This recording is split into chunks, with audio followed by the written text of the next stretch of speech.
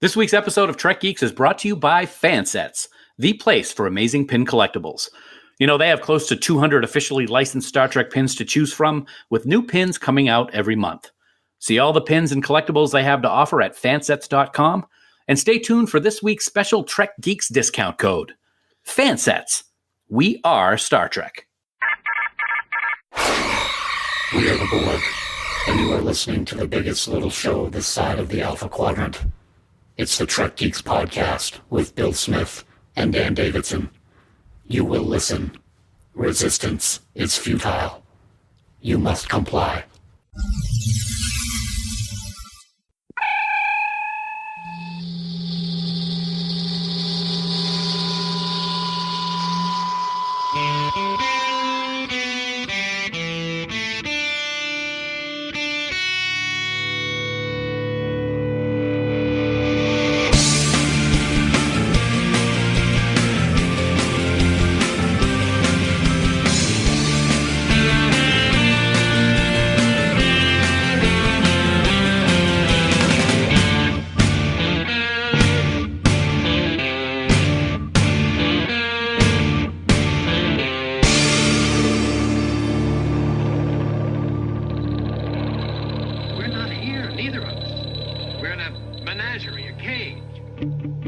From the Special Podfleet Command warp-capable shuttle.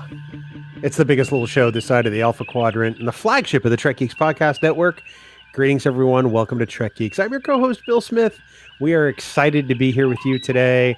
Why are we in a warp-capable shuttle, perhaps? Well, one of us is on our way to the Florida sector, and more about that very shortly. But we have a great topic on tap for you today. It's actually a different kind of discussion, which we're going to talk about. And of course, by we, I do mean my co-host and I.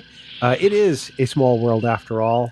And he's headed to the happiest place on Earth, which is really kind of ironic because the happiest place on Earth is going to be our little town in New Hampshire because he won't be here. He's the largely traveling Dan Davidson. And Dan, are you ready for vacation? You think? Yeah, I'm ready. This is one of, every time we go on vacation, I'm very excited to get down to Disney. But this trip, I'm just like going nuts. I can't wait for tomorrow. Hi. It's an annual trip for you. You have such a great time when you go to Disney. You get so excited. I mean, I've never seen a human male get excited by Disney the way you do, to the point where I'm pretty sure you're a 12-year-old kid inside there. I will be a 12-year-old kid for the rest of my life inside, Bill. I think we both know that. But yeah, it's fun. We have a great time, and because of the excitement of Disney, we go down at least once a year, every year.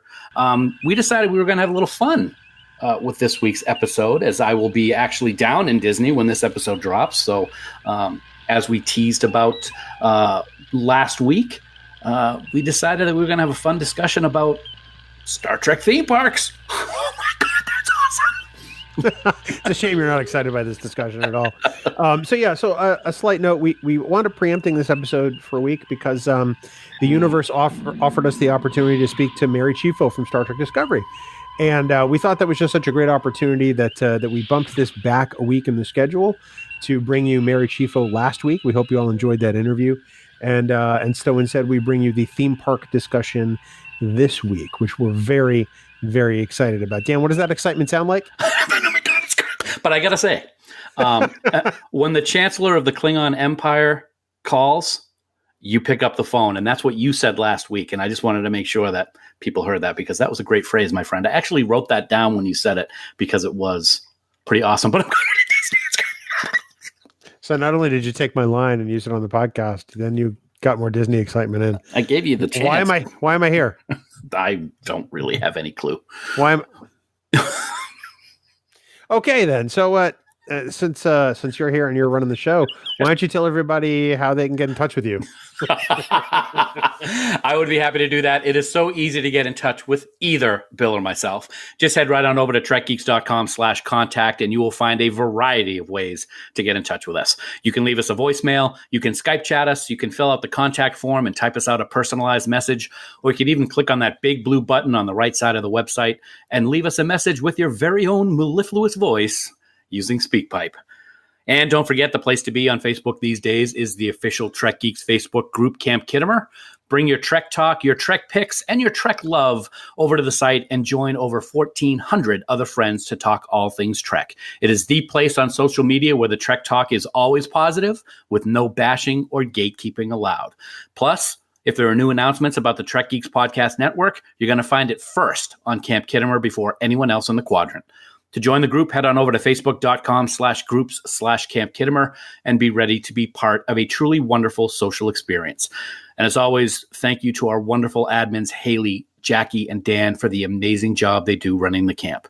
And Bill, please remember that it's very important that we get this part across, even though you're really not part of the podcast anymore. Any comments or messages that you leave us in any of these places may be used in a future episode. Back to me. No.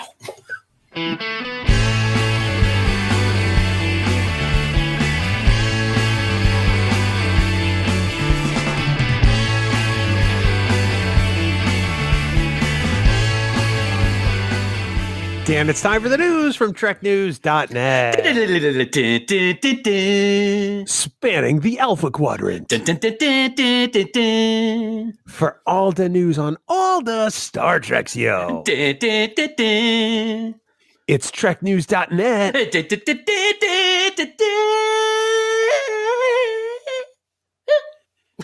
you okay? Oh, wow. Did you heard something? Yeah, I'll take it in. Online at TrekNews.net. Dan, if you're pain free at this point, you might look at the calendar and know that coming up on May 13, we will be headed to a local movie theater to see the Deep Space Nine documentary, What We Left Behind. And on top of watching a truly amazing film, it's funny that didn't pick that up. Funny sidebar. That's how my mom used to say film. Oh, really? Yeah. Great. On top of watching a truly amazing film, we will not be leaving the theater empty-handed, will we? No, we will not, Bill. We will have yet another piece of art to hang in our podcast studios. TrekNews.net had an exclusive first look at the artwork appearing on an exclusive double-sided poster, which will be distributed to fans attending the nationwide screenings. So while with the theatrical poster art, it's featured DS9 writer and documentary director Ira Stephen Bear. It's been widely available for the last weeks to view. You get to see him kind of holding the station. And on the back side of this poster is the original illustration of the USS Emmett Till, NCC 2277, that was created by famed designer John Eaves and is one of the starships in the proposed season 8 of DS9, which we will see in this documentation film. I do love that picture of Ira holding the station, but to have this USS Emmett Till represented on the back of the poster is pretty awesome, and I really am looking forward to getting my grubbies on it. It's going to be great. You know, it's kind of interesting because the Emmett Till kind of looks like the USS Buran from Star Trek Discovery. It does, yeah. Of course, both designed by John Eaves. That's true too. It's a beautiful looking ship. I really kind of like the look of it. It evokes kind of a little bit of the Enterprise E, which I believe also created by John Eaves. But it's a fantastic looking ship, and I can't wait to get my grubbies. Did you call them? I did call it grubbies. I want to say you said evoke. That was pretty good. So could it also be Ash Tyler? Evoke, folk. Go to the next story, please. Oh no, we're gonna linger here a little bit. Sorry. No, let's move on. Takuma. It's best because Takuma. Skidless. Also, Dan, because you're just derailing this whole conversation, there have been rumors about a second animated series, which of course now are true, so it's no longer a rumor. No, it is not a rumor. We brought up these details of the rumor a couple of months ago, and now it has been confirmed that a new animated Star Trek series is coming to Nickelodeon, of all places. The series will be written by the Emmy Award-winning duo Kevin and Dan Hageman, and the new head of the Star Trek franchise, Alex Kurtzman. The series will follow a group of teenagers who become adventurers after discovering an abandoned Starfleet ship, according to The Hollywood Reporter. Of the writers, Kurtzman said, quote, "Star Trek's mission is to inspire generations of dreamers to build a brighter future," end quote. Also, quote again, Dan and Kevin have crafted a story that honors its exploratory spirit in a way that's never been done before, while the Nickelodeon team blew us away with their excitement at bringing Trek to a younger generation around the world, end quote. And Bill, this is something we've talked about, having this younger generation come into Trek by different ways. I think this one's kind of neat. Group of teenagers finding a starship. It's going to be interesting what they do with it, but I'm actually more excited about this now than I was when those rumors started circulating. Well, I think they're kind of taking a play out of the Star Wars playbook here, and I think this is a good thing. Clone Wars was so successful for so long. There was Star Trek animation on TV. Star Wars animation on TV for some time, and I think this is just going to engage and inspire a new generation, I think. And if they discover more Trek as a result of it, fantastic. Or if they are just fans of this, that's also fantastic. But I look forward to seeing what this does. I'm really kind of excited about it. Yeah, I'll be looking forward to getting a trailer because I love trailers and kind of a timeline of when we can expect this to come out. But it'll be pretty exciting. I haven't watched Nickelodeon since the kids were wee little children. So it'll be kind of interesting to watch it. And finally, Dan, you're a big doo-doo head. Dan, once again, here we are taking time in the show to talk about our wonderfully dear friends at Fansets. We constantly are telling people, to go on over to their site, take a look at the just amazing array of pins and accessories they have. This past weekend they were at Starfest in Denver, and they had just such a fantastic turnout at the end of April, and they thank everyone for their support. If you were not able to attend Starfest Denver and you still want to get your hands on the Starfest exclusive Alien pin, they do have a limited supply of that pin on their website, which is, of course, at fansets.com. I love that pin. I might have to order that pin for myself because it was pretty cool. So here we are, Bill. It's the early part of May.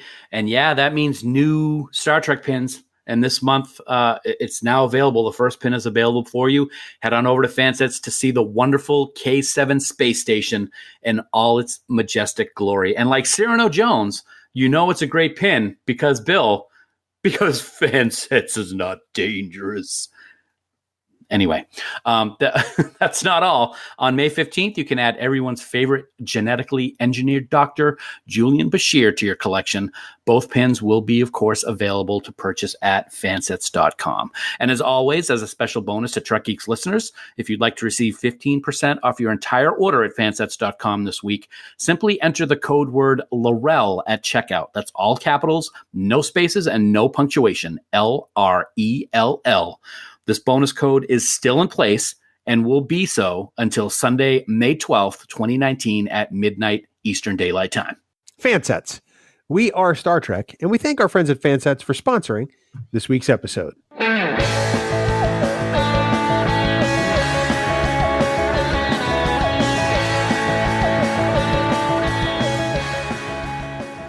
So, Dan. Bill. This week, we're going to bring people a slightly different conversation. Mm-hmm. You and I talk Star Trek all the time, but this time we are doing it in a car on our way to work. Yeah. And this is actually, in a way, it's a bit of a preview of some stuff that we do in a different venue. Absolutely, yes. We have our Patreon now, which we are very happy of the response that we've been getting. And one of the things that we like to do over on Patreon is something we call the carpool conversation. That was something that Bill came up with, and it's awesome. And what we do when we commute together is we'll put our video recorder on, and we'll just pick a topic, and we'll talk Trek for the entire commute to work. It's a lot of fun. We've had some great conversations, and as Disney is big on my mind these past few weeks, as I'm actually there right now as you're listening to this, probably, if you're listening to it right away after the drop, we decided to have some little fun. And I said to Bill, Bill, I want you to pretend that you have all the money in the world to build a theme park of just Star Trek. What would you want to see in that park? And I thought the conversation was really cool. So we thought we'd bring it to our Trek Geeks listeners to kind of give them an idea of what you can get as a Patreon subscriber. Well, and it's a fun discussion. I mean, who doesn't love to have fun at theme parks? Right. In what some form or another. And if you had your way, what would you put in it? So feel free to hit us up with what your ideas are on social media, Facebook, Twitter, or Camp Kittimer if you're there. Or it's a great opportunity to join Camp Kittimer and talk about this particular topic. But just a quick housekeeping note: as you listen to the audio, you are going to hear sleet hitting a windshield because there was some winter weather that day, and of course, it is a car, so you will hear some ambient car noise. So fret not; it's not because our microphones have been dropped on the floor or anything. It's because we truly recorded this live in the car with no notes, just sort of talking. So it's a conversation we hope you enjoy. We hope that maybe it gets your creative juices flowing. And well, I guess, do you want to build a theme park? I see what you did there. That's awesome.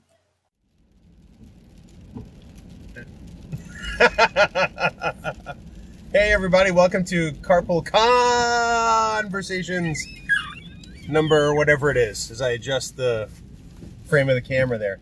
We're on our way to work. Morning, buddy. Hey. How are you? Good. How you doing? Fantastic. That was fun last night. We recorded last night. Yeah, thanks for clarifying that. Well, anything else fun with you just doesn't make any sense. That was the dumbest thing you've ever said. I've got some dumb things I've said, too. You clearly have not had enough coffee. I have not. I've got some right here, though. Let me have a sip while you tell everybody hi. Hi. Hi, everybody. Hi. Oh, that's good. Brown sugar crumble donut iced coffee, people. I made it last night. I wish, I totally forgotten about that flavor, but let me check traffic for you. Thank you. Go! Going! Woohoo! Do it! All right. Do it! So, another conversation. Yeah, so I think you're picking the topic this time? I am picking the topic. As everybody who listens to the show knows, Sue and I and my family love Disney. We're going in just a couple weeks. Yeah, we're heading down there. It's going to be fun. The temperature is going to be 90 degrees every day. I've already checked the long-range forecast, so we're very excited. So I hope it snows. Thank you. So what's funny is if it's like 70 degrees down there, the people who work there are wearing like winter jackets and stuff. It's pretty hilarious. We were there one year in January, and it was like 60, and we were in shorts and T-shirts, and people had hats and mittens on and stuff. It was pretty funny. Anyway, so I got to thinking. I know that there's a park supposedly somewhere in Europe, but let's pretend that's not around. Let's say that CBS allowed a company to build a Star Trek themed amusement park. What would the rides be? Go. Oh, this is hard because I'm not a huge ride person. Yeah. Well, it doesn't have to be ride, just the park itself. Let's talk about the entire park, not just the rides, but the park itself. I got a couple of ideas brewing in my head. Well, why don't you fire one off? And right. Before you do that, I want to say for those of you listening to the audio only portion, there is sleet currently hitting the windshield. So if you hear what sounds like weird background noise, that's what you're hearing. Right. Hi, doggy. Hi, doggy. So anyway, go ahead. Okay, so one of the things in Vegas last year that Michelle Specht and her friend Jean and I tried to do one day was go over to one of the other hotels because they have a Star Wars virtual reality thing where you like put this big backpack on and you have the goggles and everything, and it's you're in Star Wars, the Star Wars universe, and you're actually doing something. It's not just a ride where you're watching stuff in front of you. You're actually doing things and interacting with stuff on your visor and talking to people on your team. Oh wow! And we didn't get to do it. It was actually there were spaces available when we looked it up online, and then when we went, it was sold out already for the afternoon, so we didn't get to go. That is the first thing that I would love to see at a Star Trek themed park, because I don't know if you remember back in the day the game Voyager Elite Force. Oh, I played both versions of that. Love that game. It's basically kind of like a first-person shooter Call of Duty type thing, but it took place on Voyager, or in the Voyager time frame. It was mostly on Voyager. And it was fantastic. It was great. You had different types of phasers and different types of aliens, and it was really well done. And I really wish that I could get it to play on a modern PC, because I would play it again, but it just doesn't work on newer PCs anymore. So that's the first thing that I would have. I would have some kind of a virtual reality event, Star Trek Elite Voyager theme. That would be my first thing. Interesting. Yeah. That's funny. When I used to play that game, I would get to the same point in the game every time, and my computer would blue screen. Oh, okay. It was always when you get to the Borgified You got to simulate ship. Yeah. Like deep in the game, not the first level where it's like a training mission. Yeah. And my computer would blue screen at the same level every time. So I'd have to start the game over and then play up to that point in blue screen. And it was like the worst cause and effect ever. Did you ever play the multiplayer? No, I never. I tried. I never really got into multiplayer. I'm not a big online gamer. Yes. But anyway, yet we digress. As we do, yeah. So in the 80s, at I think it was at Universal, there was a Star Trek sort of bridge experience where they insert you into a mini movie. I was in it. You were? Uh-huh. What? Yep. How's this just coming to light? I was in California visiting my brother one year back in the day, and we went to Universal, and we were going to go watch this thing, and somebody came out and said, okay, casting, and my brother's like, hey, take him, and they picked me, and I was the Klingon captain. What? Yeah, I got the VHS tape somewhere. Of course, I don't know what we're going to play it on, but yeah, the planet set was broken, so they had to like just fill in me doing different things over and over again. But yeah, I got the headgear, I get to sit in the chair, everything. Oh yeah, yes, I hate you. So basically, you want that? Okay, if you want that. Well, no, I want some version of that, maybe updated. Yeah. Yeah. You know, one of the great things about Las Vegas was they had the recreation of the Enterprise D there, and that was fantastic. The sort of motion ride like Star Tours, yes, which I would love to see a new version of, perhaps for Discovery, or even for one of the Kelvin Timeline movies. I think would be fantastic. But I would want to see some sort of interactive, thing where people get plucked out of the crowd and get inserted into an episode type deal, because I think that's just fun. Yes, and then you get a great souvenir to take home, which some people got.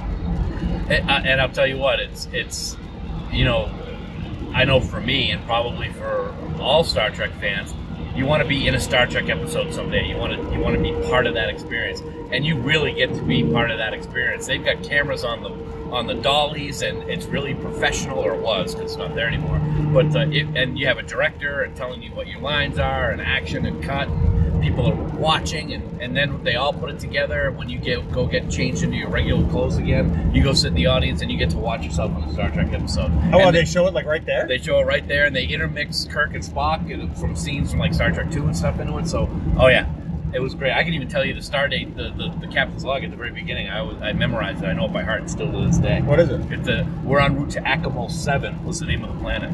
Acamol 7. Acamol 7. Wow, hashtag Acamol 7. Wow, that's totally instonifying. That's awesome. Thank you very much. I appreciate that. So that's a great idea. I like that, because that would take up a good chunk of the park, because it would be kind of like an auditorium, I would think. And you're going to have wardrobe in the back, and you're going to have different sets that you're going to have to bring out onto the stage and stuff like that. So, no more room than like the Indiana Jones show at exactly. Hollywood Studios. Yeah, which turns 30 years old the day we arrive at Disney. I heard they were shutting it down. Is that true? Hollywood Studios? No, they're not. No, the Indiana Jones thing. I've heard rumors of that, but they have shut down other things first. So that has not gone the way of Super Off. Would be very disappointed when that gets shut down. I will tell you that right now. Anyway, she'll never see this. So. She never will see this, but I'll tell her that I said hi to her on the Patreoners video. Anyway. So your turn, Tommy. Yes, so roller coasters, baby. Gotta have a roller coaster, and of course you gotta have an Enterprise-themed roller coaster. I'm thinking the original series, because the original series Enterprise is the one that started it all. We could maybe throw in the Discovery Enterprise if we wanted to have a little bit more special effects, but you're gonna shoot out of Starfleet headquarters, or the Starbase, I should say, or Space Dock. Space Dock? You want. Space Dock would probably work, but shoot right out of there, 0 to 60, a la the rock and roller coaster ride at Hollywood Studios. Shoot right out of there. You're going to do loops. You're going to go up. You're going to go down, sideways, all kinds of things. You're going to actually enter a wormhole section at one point where the entire coaster is kind of like encased in a tunnel. There's going to be lights, and it could be the wormhole from TMP, or it could be the Bajoran wormhole. Doesn't matter, but just a wormhole with weird special effects and lights and everything. There's going to be a point that something is going to happen where the entire wormhole all of a sudden goes dark, and you can't see anything. And there's going to be a huge drop, so you're going to be like shocked and scream, and it's going to take your picture right at that point. Nice, little C minus 10,000 meters. Exactly, that would be very, that could actually be the way. And so of course, any theme park is going to have a signature roller coaster, and I think that it should be an Enterprise roller coaster with a wormhole in it. Wow. Klingon, maybe some Klingon ships flying by you as you're going through the ride. But yeah, definitely got to have the picture, because that's the thing now, getting your little souvenir from rides. It really will be a long road getting from there to here. Hey-o! I'm going to drive into this bridge. Oh, please do. Just end my suffering. So, at Epcot recently, or in years past, they've had Captain EO showing. Yes, and I would like to have a similar theatrical experience where we show Generations in 3D. Because if we're going to show one shitty movie, we should show another one in the Star Trek theme park. I'm a Michael Jackson fan through and through. That thing sucks. It is so bad. I cannot even tell you how bad it is, but it is so bad. Yeah. So that's a good idea. Having that, and you can have like Starfleet themed food and drink to take into the theater to watch Generations. All the people will be dressed up in Starfleet uniforms, like the ushers and the people that work there. Of course, that's the other thing. It has to be a fully immersive experience in the Star Trek park. So people wear uniforms. You can have Borg walking around. You'll have Klingons and Romulans and all the different aliens from the show. I want it to be similar to what's about to open at Disney, which is Star Wars Galaxy's Edge, where it's a fully immersive land. There's a hotel that's going to be open there where everything is Star Wars related. Your room looks like Luke's room on Tatooine or something like that. They've got all this really cool stuff, and I want a Star Trek experience like that. I think that there needs to be some sort of kids or preteen area that is referred to as Starfleet Academy that maybe has some content or games or rides that are specified to that. Maybe like a training simulator ride. The strategic simulator? No. I mean specifically one like, a test flight for cadets, that type of thing. Yeah. I think a virtual reality experience for adults like the Strategic Operations Simulator would be fantastic. Kobayashi Maru, baby. Oh, there's got to be a Kobayashi Maru. Yeah. I would like to see some sort of... Well, I keep going back to Epcot because I think that's my favorite of the Disney parks. Mm-hmm. And what is it, the Mission to Mars? Yes. That is a fantastic experience. Mm-hmm. I would like to see something Star Trek related, although I'm not sure what that would look like.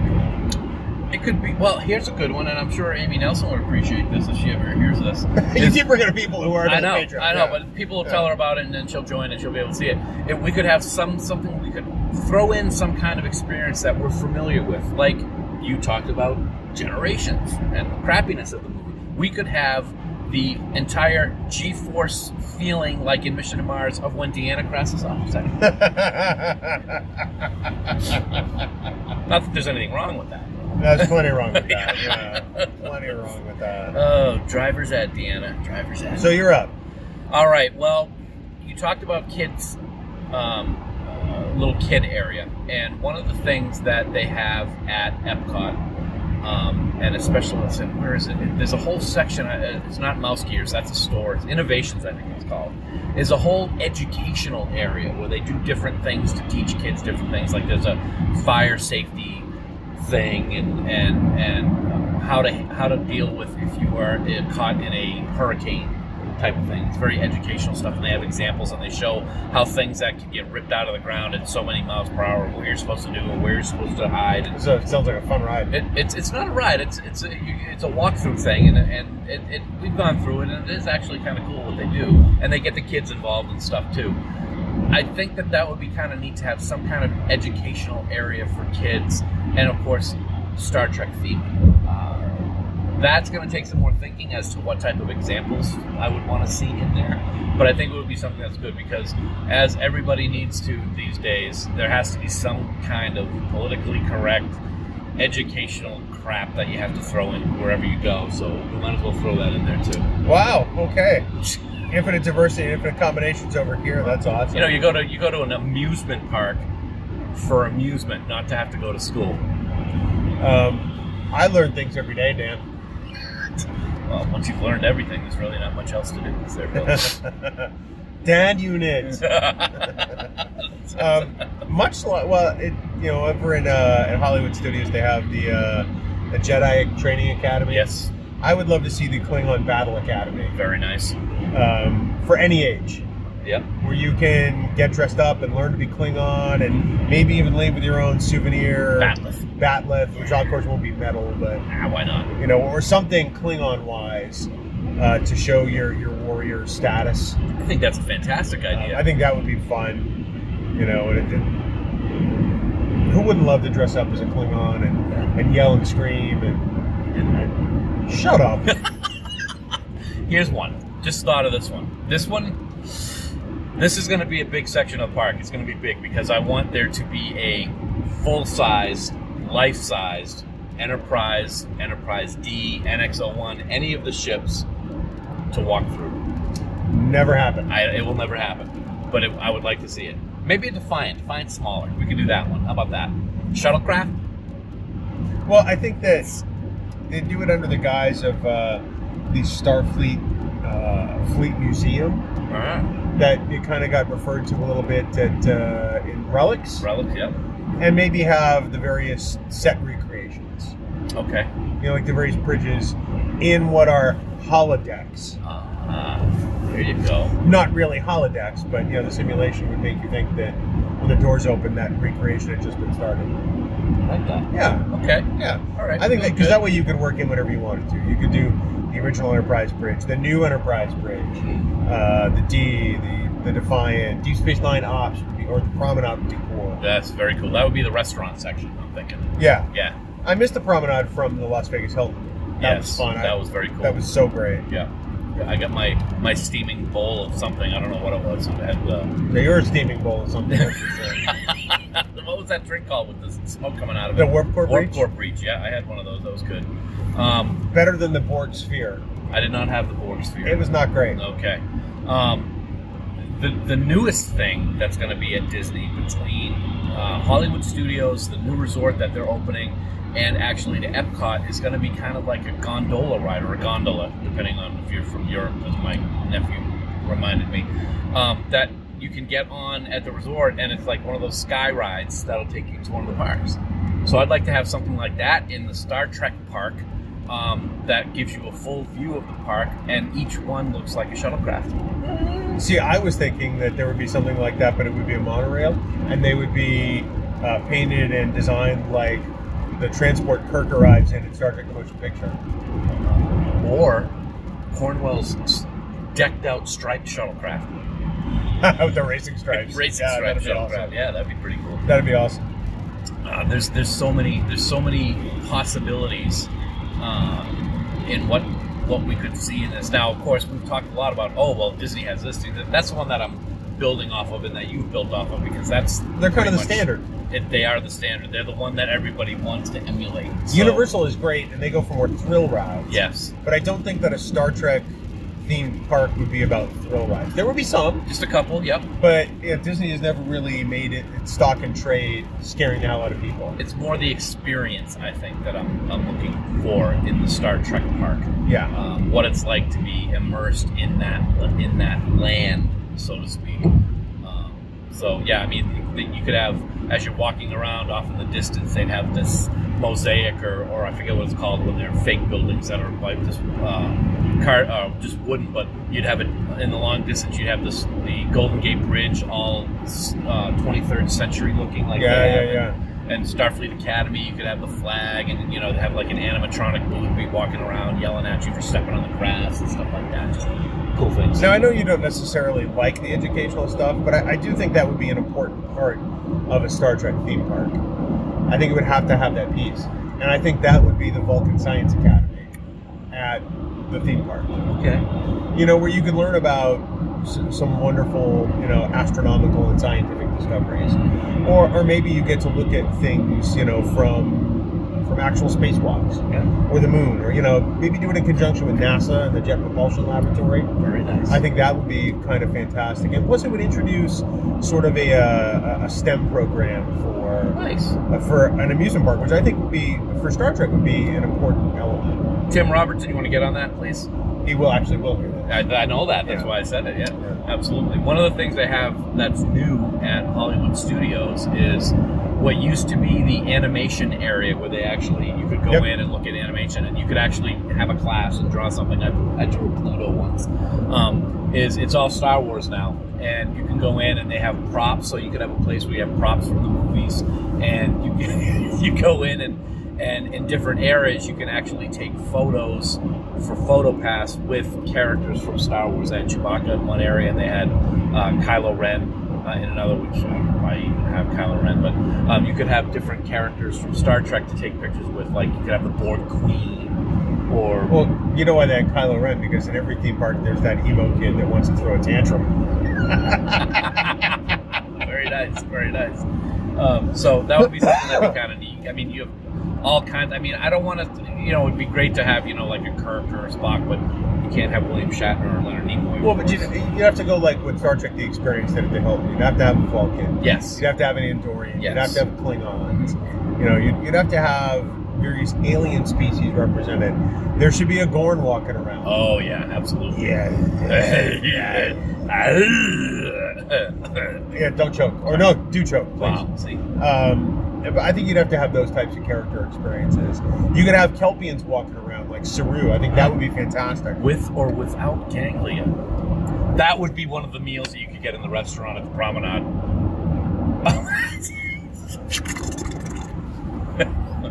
People listening to the audio can't see this right now, but I am horrified. Yummy! I like that idea. That's yummy.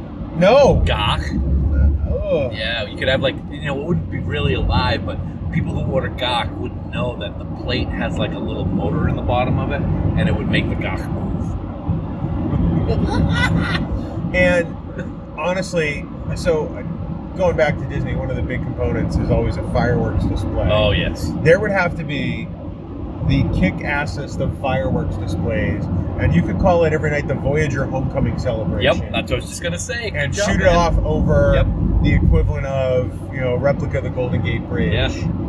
And you could maybe even have a holographic Voyager fly through the fireworks. The way that they use imagery and holographic technology on Magic Kingdom now is amazing, so you can definitely do something like that. So I think you could do something like that. I think that would be fantastic. But it would be a fireworks display, that rivaled something at Magic Kingdom or Epcot. Very nice. I think that would be fantastic. I think that would be very cool. See, we got all kinds of great ideas. I'm going to go to the patent office tomorrow. Don't think you can patent any of this. Alec Peters. Axonar ding! We could have an Axonar section and it'd just be an empty studio warehouse. Wait, what's that part of Epcot that nobody uses? Body Wars. Yes! That's awesome. Oh, that's great. That's pretty funny. Oh, we are so catty. And we could have like a sign in front of the section for the Ares warehouse replica that says we got big news coming, and nothing ever changes on that sign. The sign looks like it's falling apart, like something got to fall out. Like Tower of Terror. Oh my God. That's got to be one. You got to have like a Tower of Terror ride. Would it be like a Borg assimilation ride? Yeah. That would be very cool. Yep. I like that. You gotta have that gravity drop. That's kind of the thing these days. It would almost have to be a 3D roller coaster like Spider-Man at Universal. Yep. But you'd have to have it morph into that sort of massive drop component that the Tower of Terror has. Does that make sense? It does, and I think that there's a couple of rides that have started to do that. You got like the technology to move tracks and do things like the Expedition Everest at Animal Kingdom. You're going forward and you stop, and the track actually changes position. You came in one way, it changes position, and you go out that way for a drop. Oh, wow. And you could actually have something like that, I'm sure. So that Tower of Terror does that. You're in a moving car that goes horizontally, then it gets into this chamber, and it changes and goes up. So I'm sure you can do something like that. No, depending on what name you knew it by when you went, whether it was Pleasure Island or Downtown Disney or now Disney Springs, you could have Risa. Excellent. And that would be the equivalent of... You can buy your Shimano rod. Or your Horgon, rather. So Well, I think that's illegal in all 50 states, except for some select counties in Nevada that have fewer than 10,000 people. Okay. Horgon's in. Allegedly. Yeah. That's all right. Wow, Dan buying a Shimano on Trek Geeks. No, this is, yeah. Yeah. Okay. I like it. I think Horizon would be great. You're gonna have like Yep. a beach club area, which I think would fit the theme. Yep. Maybe Neelix's beach club. You could have somebody dressed up as Neelix with those hobbit feet and everything. Hobbit feet. Which I never understood. How do you get those things in shoes? Honestly, I don't know. Someday I want to see Saru's feet, just because, they're weird. You just want the Saru full body shot. You've already seen his chest. Yeah. You're like, oh. Didn't like that at all. What else you got? That's pretty much it that I got. I mean, that's a pretty big park right now. Gargantuan. Where would you put it? I don't know. Hollis. Well, it'd have to be someplace where it could be open for more than 3 months a year. I'm thinking that we would have to do I would love it if somehow there was some kind of agreement with Disney to have it in that area. If not, then in the Orlando area. I think that it has to be somewhere, where Orlando is known as like the vacation spot for parks and stuff like that. Okay. I think in that area would probably be the best place for it, in my opinion. Okay. What about you? I can agree with that. I mean, I don't know how much more swampland is available to build amusement parks in Orlando. California came to mind. Mm-hmm. Obviously, there's a heavy number of amusement parks out there. Not the same concentration that there is in the Orlando area, but... I thought of something that we didn't talk about. What's that? There's got to be a water park section. Does there? Yeah. And what would that be themed after? I don't know. I'm trying to think of a water planet in Star Trek. Ferenginar? That sounds like the water park ever. You could hide, you start in Quark's closet playing with little action figures, and Yeah, then you get in the car. You just go through the swamp-infested areas and eat tube grubs. Maybe that could be part of the whole Ryza thing. Quark! I'm going to punch you right in the suck hole. Well, hey, everybody, send us your ideas about what you want to have in that park. I think that'd be kind of cool. Maybe we can draw up some fake park things and throw some little Star Trek stuff in there. That'd be kind of fun. We both haven't had, with our work during the day and with various firewall rules at work, we haven't been able to Discord as much as we wanted to, but we're trying to be better about that, so we apologize. Yeah. But if you have something, hit us on Discord. That's your exclusive chat opportunity with us, and let us know. Also, if you have a particular topic that you want to have us talk about, hit us up on Discord, like Bill said, and we'll see if we can throw something in there, because it's all about you guys. We love that you support us, and we like to be here and talk Star Trek with you guys. Thank you for all your support and all you do. We love you guys, and we'll be bringing you more exclusive content soon, including the quarterly supporters roundtable, which we'll get going pretty shortly. So everybody, have a great day. Take it easy, Take care. Talk to you soon. Woo-hoo.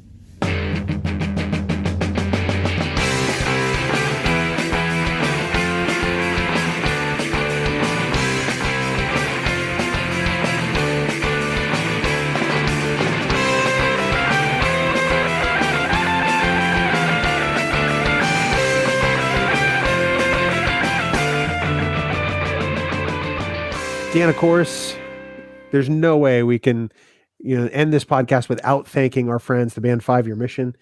We are so grateful to them for every last musical note that we hear in Trek Geeks and Discovering Trek.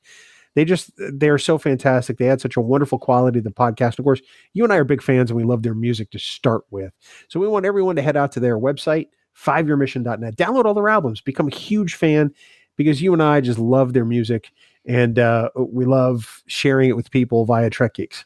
Absolutely. It's a relationship that we love to have. They're all great. Oh, God, year 1, year 2, year 3, year 4, year 5 is coming soon. Spock's Brain, Trouble with Tribbles. That's a lot of Star Trek music, and it's all good. I got to tell you, though, Bill, I've decided that this week I am not going to give our listeners a Star Trek Farkism. Not doing it. You're not? No, I decided, I'm just too busy planning my trip to Disney. Thank goodness. So this is like a day I've asked for. I mean, I'm not big into prayer, but I mean, if I were, I would have gotten down on my knees and prayed to a God I don't believe in for this day. Well, you're very welcome. I get too much to do. As we record, I'm leaving for Disney tomorrow. And as this episode drops, I will actually be in Disney. So I'm just too excited about my upcoming trip. I mean, can you blame me? I'm going to be at the happiest place on earth.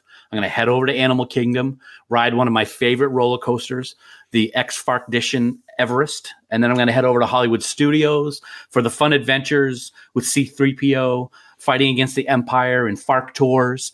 And, well, of course, at Magic Kingdom, my favorite ride is the Haunted Mansion, and I will be riding that and enjoying it as I hear that sound I love so much. Welcome, Farkish mortals, to the Haunted Mansion. I am your host, your ghost host. Just love it. It's going to be great, and I'm going to have a great time. But I'm going to miss you, buddy. That's all I have to say. So I don't have a Star Trek Farkism this week. Sorry. I hate you.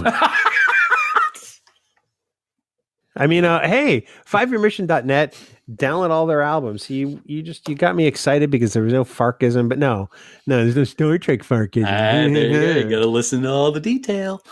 Yeah, okay. I'm going to remind you of that next time. Captain Detail. I like that. 5yearmission.net, please download all their albums and support the band.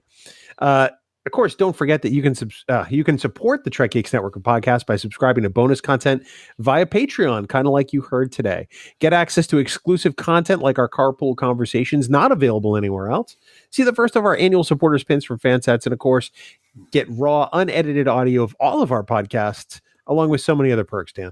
Absolutely. We want to take a moment here to thank our associate producers for Trek Geeks. We are very grateful for their support, and they include Adam Sanders, Brandon Everidge, Heather Sohn, John Krikorian, Rick Tatro, Trey Womack, Shane Murray, Sean Lynn, Tim Robertson, Tim Serdar, Vikram Bhatt, Greg Rozier, and the beautiful and gracious Andy Fark. We also want to thank our Trek Geeks producers for their support. We are so grateful to them. They are Ken Tripp, Casey Shafsky, Charlie Mulvey, Chris Trebuzio, Craig Ewing, Eric Extreme, Jackie and Chris Hackney, Leonel Marchand, Matt McGonigal, Mike Bovia, Harry Michelson, Norman Lau, Patrick Escudero, Sean O'Halloran, Peter Craig, and the lovely and talented Scott Vachon. If you'd like to become a producer on the network or even get access to the raw audio for Trek Geeks episodes, head on over to patreon.com/Trek Geeks today, where subscription levels start as low as $1 a month. Bill? Dan, next week, we're going to be welcoming a wonderful guy and a good friend and a pretty damn good author to boot back to the network. Yeah, very excited about this. Bill and I are really looking forward to the discussion. Not only is he one of the funniest guys that you will see on Facebook and Twitter, he just happens to be, a New York Times best-selling author. We are thrilled to welcome back Dayton Ward to the podcast to talk about his new TNG novel, Available Light, as well as discuss Trek novels in general. It should be a farktastic discussion, Bill, and I hope each and every one of you will join us here next week on Trek Geeks, the flagship of the Trek Geeks podcast network. Just go on vacation already. I hate you so much. I do. Do we have to pay Fark every time we drop his name? Nope. Wow, you got a little excited about that. Careful, you're going to get another cease and desist. No. Of course, Dan, for more great Star Trek discussions, we want everyone to go check out the Tricorder Transmissions. They are our dear friends over there. They have so many great podcasts, something to appeal to just about everybody on the planet. If you're a Star Trek fan, Tricorder has something for you. You can find them at thetricordertransmissions.com. And of course, for all the news on all the Star Trek CO, please visit our great friends at treknews.net. For now, this has been episode number 177 of the Trek Geeks podcast. Dan, bon voyage, live long, and prosper. Thanks, buddy.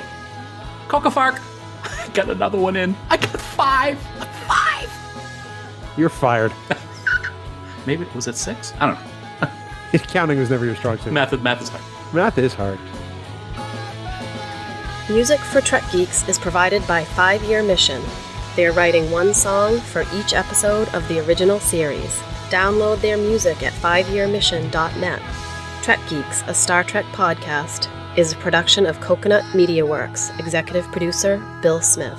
For even more Star Trek discussion, check out Discovering Trek, a Star Trek Discovery companion, available on Apple Podcasts, Spotify, and discoveringtrek.com.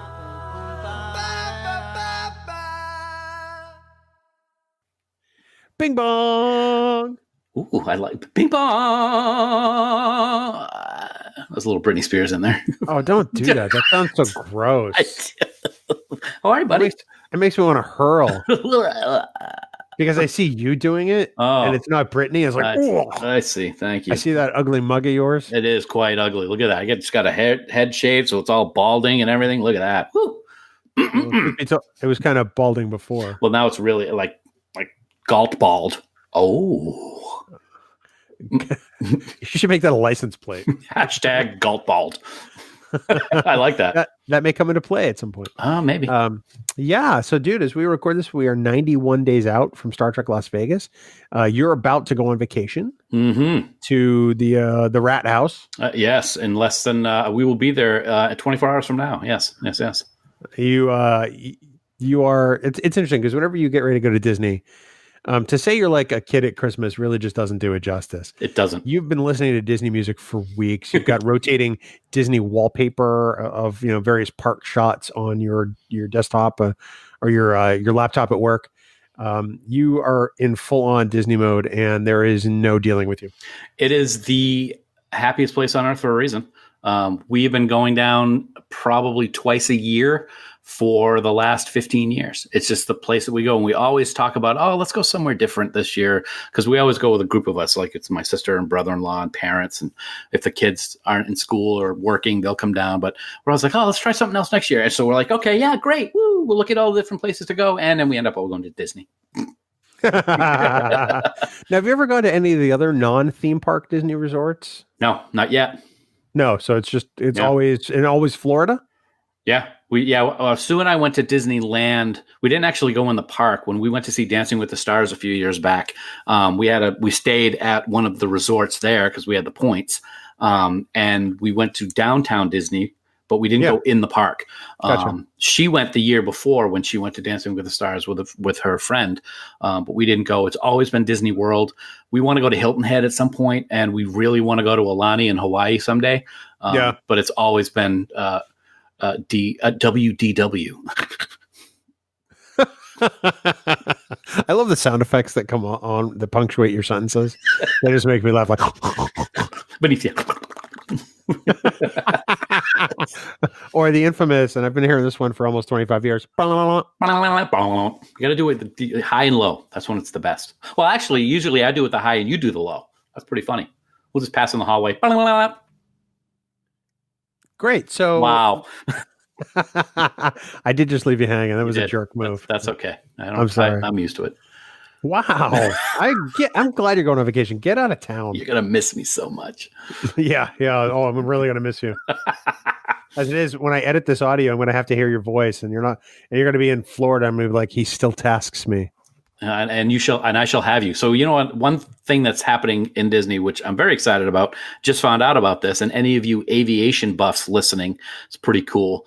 This coming Thursday as we record, so May 2nd, I think is the date, the Blue Angels are going to fly over Spaceship Earth at Epcot.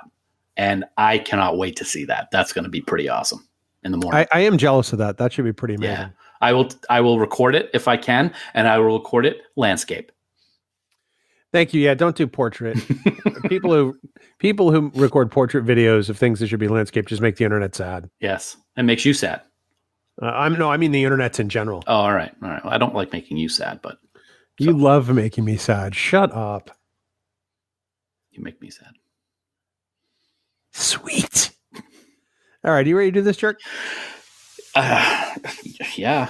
You got one more out of these to do before you go to Disney. I was a little sad that you just called me jerk. We're not going to be talking for a week and you end with jerk. So, okay. We're going to talk for the next hour. Yeah, but it's not going to be talking to each other. It's going to be talking for the people that are taking the time out of their busy schedule to download us and be cool people, unlike you, because you're a big jerk. So I said jerk too. Let's go. This week's episode of Trek. Sorry. A little carryover from last week. Like I'm dying over here. Sorry. Okay. Coconut.